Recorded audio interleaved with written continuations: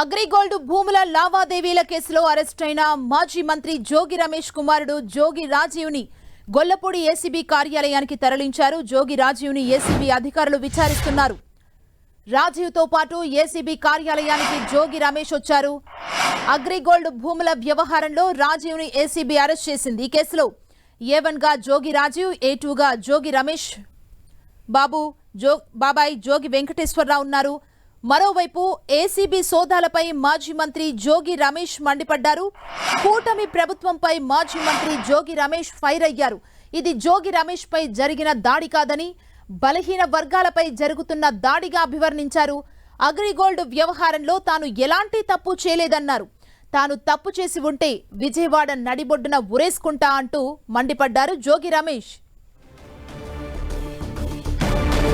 చేసుకుంది అగ్రిగోల్డ్ భూ వివాదంలో ఉండటాన్ని సాకుగా తీసుకుని జోగి తనయుడు రాజీవ్, జోగి రమేష్ బాబాయ్ అయిన జోగి వెంకటేశ్వరరావు కలిసి చెరో 1000 గజాలకు పైగా తమ పేరుతో రాయించుకున్నట్లు ఆరోపణలొచ్చాయి.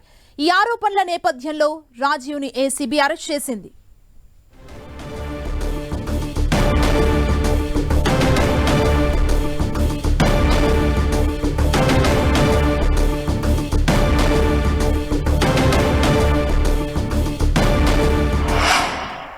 కక్ష సాధింపులు నా కుటుంబం మీద కన్నా చేస్తే పైన దేవుడు ఉన్నాడు. చంద్రబాబు నాయుడు గారు పైన దేవుడు ఉన్నాడు. ఈరోజు మీరు అధికారంలో ఉండొచ్చు, మీరు మమ్మల్ని పొక్కొచ్చు, కేసులు పెట్టొచ్చు, రెడ్ బుక్ తీయొచ్చు. కానీ మీకు మనస్ఫూర్తిగా చెప్తా ఉన్నాం, మంచిని మీరు ఇంత దుర్మార్గంగా ఒక చిన్న కుర్రోడిని తీసుకొని, ఏమీ తెలియని కుర్రోడిని తీసుకుని మీరు అరెస్ట్ చేయాలా, జైల్లో పెట్టాలన్న ఇటువంటి వంకర బుద్ధిని మార్చుకోండి. ఇది ప్రజాస్వామ్యవాదులరా, ఇది గుర్తించండి. నేను గానా, నా కుటుంబం గానా అగ్రిగోల్డ్ ఆస్తులో కానీ ఏదైనా తప్పు చేస్తుంటే విజయవాడ నడిబొడ్డులో ప్రజల సాక్షిగా అవసరమైతే ఊరేసుకుంటాం. తప్పు చేస్తుంటే ఊరేసుకుంటాం. అంతేగాని ఇట్లా మమ్మల్ని బలహీన వర్గాలను వేధించడం న్యాయమా, ధర్మమా? చంద్రబాబు నాయుడు గారు, మీకు న్యాయమేనా? చంద్రబాబు నాయుడు గారు, దయచేసి మరొకసారి మీరు ఆలోచన చేసుకొని మీడియా మిత్రుల ద్వారా ప్రజలందరికీ కూడా ఇది జోగి రమేష్ మీద కుమారుడి మీద జరిగిన దాడి కాదు. ఇది యావత్ బలహీన వర్గాల మీద, గౌడ కులం మీద, గౌడ కులస్తుల మీద జరిగిన దాడి ఇదని చెప్పేసి మీ ద్వారా తెలియజేస్తా ఉన్నా.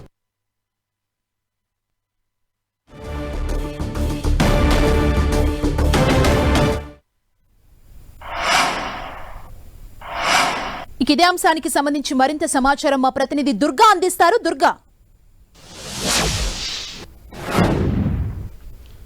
అగ్రిగోల్డ్ భూముల వ్యవహారానికి సంబంధించి ఏదైతే విజయవాడ రూరల్ మండలంలో ఉన్నటువంటి అంబాపురంలో 2300 గజాలు ఆక్రమించారు, అక్రమంగా రిజిస్ట్రేషన్ చేయించుకున్నారంటూ కూడా జోగి రమేష్ కుమారుడు A1 అలాగే జోగి రమేష్ వాళ్ళ సోదరుడు A2గా కేసు నమోదు చేసినటువంటి ఏసీబీ ఈరోజు జోగి రమేష్ ఇంట్లోనూ అలాగే విజయవాడలో ఉన్నటువంటి నివాసంలో కూడా సోదాలు జరిపారు. అయితే సోదాలు జరిపిన తర్వాత జోగి రమేష్ కుమారుడు రాజీవ్ను ఏసీబీ అధికారులు అరెస్ట్ చేసి గొల్లపూడిలో ఉన్నటువంటి కార్యాలయానికి తీసుకొచ్చారు. అసలు ఈ అరెస్టుకు సంబంధించి జోగి రమేష్ ఏ విధంగా స్పందిస్తారు, అసలు నిజంగానే అగ్రిగోల్డ్కి సంబంధించినటువంటి భూముల వ్యవహారంలో వాళ్ళు ఇన్వాల్వ్ అయ్యారా, దాని గురించి మాట్లాడేందుకు ప్రస్తుతం మనతో పాటు జోగి రమేష్ ఉన్నారు. సార్ చెప్పండి, అది నిజంగానే అగ్రిగోల్డ్ భూములకు సంబంధించి ఆ వ్యవహారంలో మీ కుమారుడు కానీ మీ సోదరుడు కానీ ఇన్వాల్వ్ అయ్యారా? ఇది ఒక తప్పుడు కేసు. అసలు అగ్రిగోల్డ్లో అంటే అటాచ్మెంట్లో ఉన్నాయి ఆ రిజిస్ట్రేషన్స్ జరుగుతాయా? ఇది ప్రజలందరూ కూడా తెలిసిన నగ్న సత్యం. ఆ సర్వే నెంబర్లో రిజిస్ట్రేషన్ జరగవు. మేము మామూలుగా మీరు ఎట్లా అయితే డబ్బులు పెట్టి రిజిస్ట్రేషన్ చేసుకుంటారో అదే విధంగా రిజిస్ట్రేషన్ చేసుకుని మా బాబాయ్ గారి పేరు మీద కానీ మా అబ్బాయి పేరు మీద చేసుకున్న తర్వాత మళ్ళీ విక్రయించడం కూడా జరిగింది. మేము కొనుక్కునేటప్పుడు పేపర్ పబ్లికేషన్ ఇచ్చాము, మా దగ్గర నుంచి వాళ్ళు కొనుక్కునేటప్పుడు పేపర్ పబ్లికేషన్ ఇచ్చారు. ఇంకెక్కడ ఇది తప్పు జరుగుతుంది? ఎక్కడ ఇదంతా కూడా కావాలని చెప్పేసి కుట్రపూరితంగా రెడ్ బుక్ రాజ్యాంగాన్ని అమలు చేస్తూ ఉన్నారు. నా మీద అమలు చేయండి.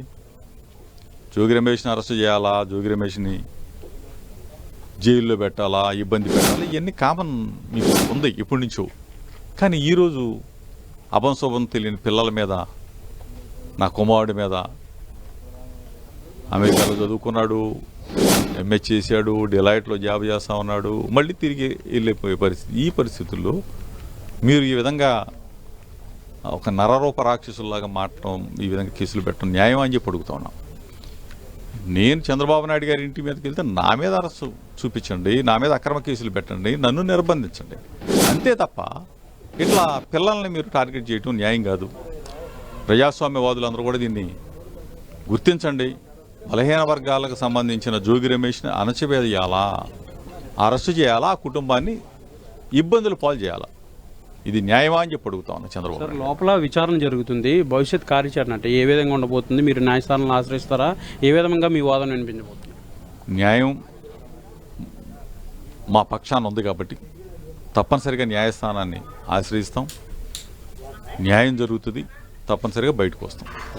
ఇది మొత్తానికి ఈరోజు ఉదయమే ఏసీబీ కార్యాలయానికి జోగి రాజీవ్ని తీసుకురావడం జరిగింది. రాజీవ్ని ప్రస్తుతం లోపలైతే ఏసీబీ అధికారులు విచారణ చేస్తున్నారు. అయితే అగ్రిగోల్డ్ భూముల వ్యవహారానికి సంబంధించి మొదటి నుంచి కూడా విచారణ చేస్తున్నటువంటి ఏసీబీ ఈ వ్యవహారానికి సంబంధించి సాక్ష్యాలన్నీ కూడా సేకరించిన తర్వాత జోగి రాజీవ్ని A1గా గుర్తిస్తూ దాంతోపాటు ఎఫ్ఐఆర్ కూడా నమోదు చేశారు. తర్వాత ఈరోజు ఉదయమే ఆయన్ని అరెస్ట్ కూడా చేయడం జరిగింది. ముఖ్యంగా అగ్రిగోల్డ్ భూముల అక్రమంగా రిజిస్ట్రేషన్ చేశారనే దానికి సంబంధించి కూడా ఈ కేసును కూడా నమోదు చేయడం జరిగింది. A1గా జోగి రమేష్ కుమారుడు రాజీవ్ను, అలాగే A2గా జోగి రమేష్ సోదరుడు వెంకటేశ్వరరావు ఇద్దరిని కూడా చేర్చడంతో పాటు కొంతమంది ప్రభుత్వ ఉద్యోగులు కూడా ఈ కేసులో ముద్దాయిలుగా చేర్చడం జరిగింది. అయితే ఈ రిజిస్ట్రేషన్కి సంబంధించినటువంటి సర్వేలను కూడా ప్రస్తుతం ఏసీబీ కార్యాలయంలో అధికారులు విచారణ చేస్తున్నారు.